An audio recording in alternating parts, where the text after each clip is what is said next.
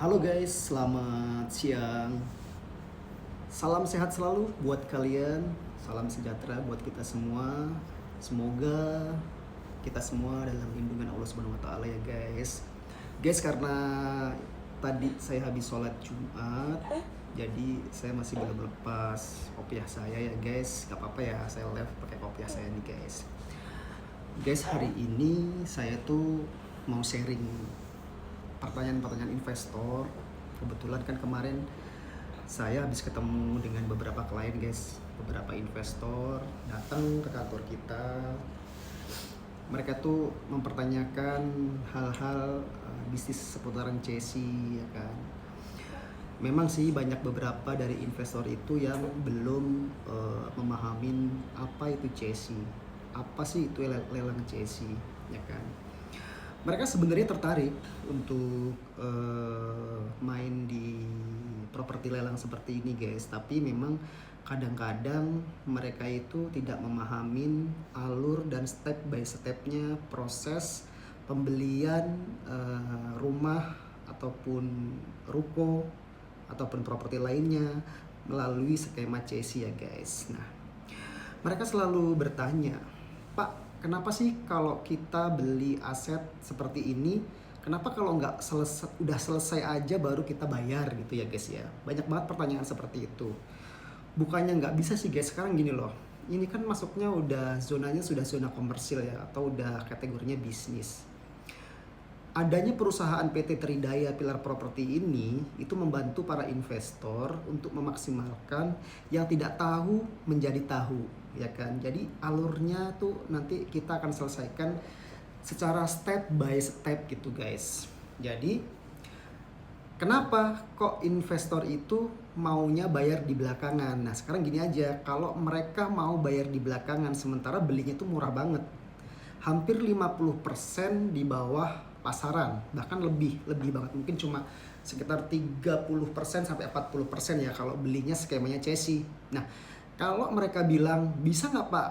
Kenapa kok kita nggak bisa beli setelah udah selesai gitu kan? Nah, sekarang kalau memang udah selesai masalahnya, masa iya kita jualnya murah guys? Kita jual jauh banget di bawah pasar. Jadi sebenarnya ya ada perbedaan antara kalian itu beli lelang yang biasa ataupun kalian jual beli rumah yang biasa. Itu harganya kan memang harga normal, betul nggak? Kalau kalian beli CSI kenapa harus nunggu? Ya karena itu masih mentah. Nah artinya di sini kita butuh yang namanya proses. Jadi kita bayar prosesnya itu nih, kalian bayar di depan, kalian sudah pegang yang namanya sertifikat ya kan, sertifikat asli kalian pegang ya kan. Ketika kalian mendapatkan sertifikat itu, si investor tuh sudah akad dengan perusahaan kami, dan perusahaan kami nantinya akan akad dengan perbankan, sehingga sertifikat tersebut bisa dikeluarkan dari bank yang bersangkutan yang meminjamkan dana ke debitur sebelumnya. Nah, biasanya debitur itu juga sudah perjanjian dengan perbankan. Makanya kenapa si bank tersebut memasang hak tanggungan ke sertifikatnya yang dijaminkan itu wajib. Karena nantinya kalau terjadi perselisihan ataupun debitur yang prestasi, bank berhak melelang aset tersebut karena sudah tidak ada titik temunya gitu loh. Jadi jangan Anda pikir semata-mata bank itu ngelelang aset tersebut semata-mata langsung dilelang, enggak lah. Bank juga dia pakai step by step guys. Biasanya bank tuh sebelum ngejual CSI aja itu udah pasti udah kasih surat peringatan ke debitur, SP1, SP2, bahkan SP3. Setelah itu mungkin bank itu kan yang penting tuh perputarannya masuk ya, atau mereka itu kenapa ngejual CSI, itu CSI cuma berpindah aja ke perusahaan kita. Nah kita tuh akan selesaikan masalah-masalah yang ada sebelumnya nih guys. Makanya kalau kita jual paket CSI dengan harga murah itu ada plus minusnya. Plusnya buat investor itu harganya jauh banget lebih murah. Tapi untuk memiliki aset tersebut kita butuh proses. Berapa Pak prosesnya yang dibutuhkan? Dari CSI untuk naik ke lelang itu durasinya itu 3 bulan baru bisa naik ke lelang. Kenapa di perjanjian selalu kita tuangkan 6-8 bulan? Di perjanjian notaris biasanya disebut itu kesepakatan bersama antara perusahaan dan si pembeli lelang tersebut dengan perusahaan kita, ya kan? Sehingga semua pasal-pasalnya nanti tertera di perjanjian dan kesepakatan, ya. Intinya kalau misalnya investor pengen belinya clear, sekarang saya tanya balik kepada investor, mau nggak kalau investornya belinya di harga normal, setidaknya di atas harga yang kita kesepakatin di awal. Contoh, beliau kita tawarkan harga aset misalnya 2 miliar, ya kan? Tapi mereka mau ngebayarnya di akhir setelah selesai. Mau nggak kalau sudah selesai mereka saya kasih harga di angka 3 miliar karena sudah jatuhnya bukan lelang, itu nanti jatuhnya jual beli biasa AJB dengan perusahaan kami. Kalau mereka mau, biasanya perusahaan kita itu gandeng para investor yang memang dananya udah siap untuk ngebayarin aset tersebut. Jadi memang pakai uang perusahaan terlebih dahulu, tapi harganya tentu berbeda dengan harga yang kita tawarkan di awal gitu loh. Bukannya nggak bisa nih guys. Jadi kalau misalnya kalian pengen beli aset-aset CESI dengan harga murah sampai clear, nanti kita ada kesepakatan bersamanya dengan harga yang sudah deal antara pembeli dengan perusahaan kami gitu kan, sehingga nanti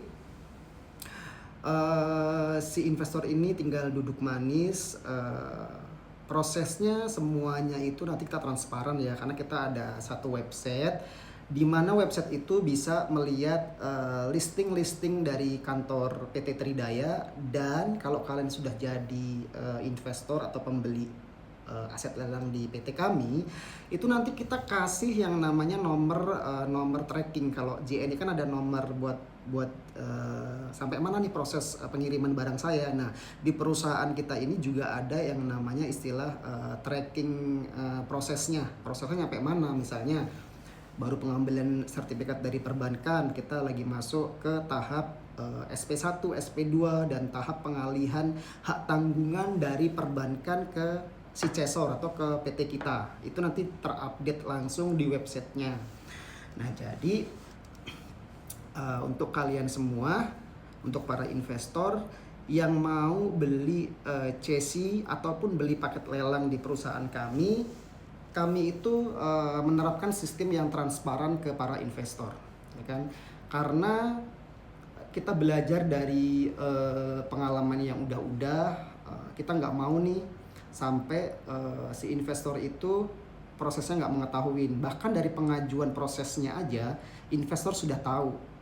Bayar ke kita pun investor itu sudah pengajuan kita itu udah dapat persetujuan, biasanya disebutnya itu kayak SPK ya, persetujuan pembelian CESI itu udah ada dari bank. Baru kita melakukan yang namanya kesepakatan bersama notaris perusahaan saya dengan si pembeli lelang tersebut. Nah, jadi step pembayarannya pun nanti kita tuangkan di perjanjian ya atau kesepakatan tersebut. Misal kita deal di angka 2 miliar ya kan.